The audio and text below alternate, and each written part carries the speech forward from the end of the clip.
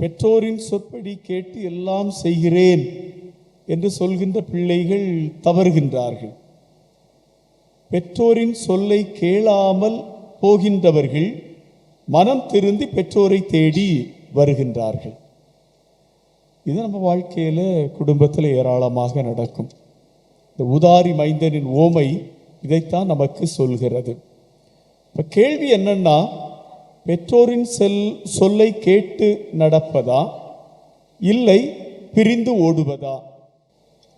பிள்ளைகளை பொறுத்து உங்களுக்கு எது வேணும்? இதில் உலகம், சமூகம், நம்மை சார்ந்தவர்கள் அப்படின்னு பார்க்கும்போது எல்லா பிள்ளைகளுக்கும் பெற்றோர் முக்கியம்.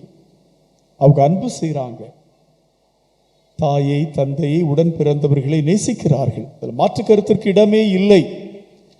ஆனால் இந்த சமூகம் அவர்களை பிடித்து இழுக்கிறது.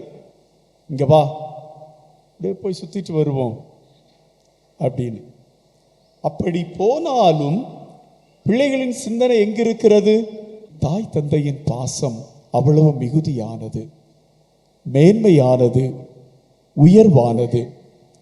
எனவே பெற்றோர்களே, நம் பிள்ளைகள் நம்மை விட்டு எங்கு சென்றாலும் கவலைப்படாதீர்கள், திரும்பி வருவார்கள்.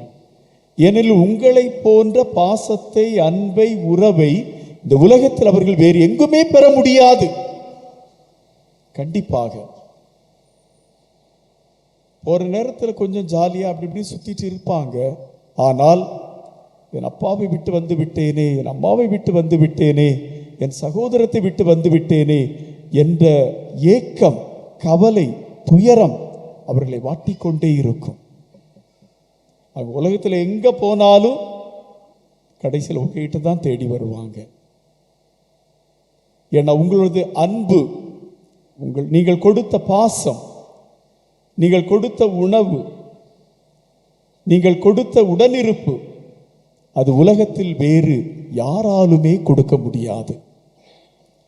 எனவே உங்கள் பிள்ளைகள் உங்களை விட்டு எங்கு சென்றாலும் உங்களை மட்டுமே தேடி திரும்ப வருவார்கள்.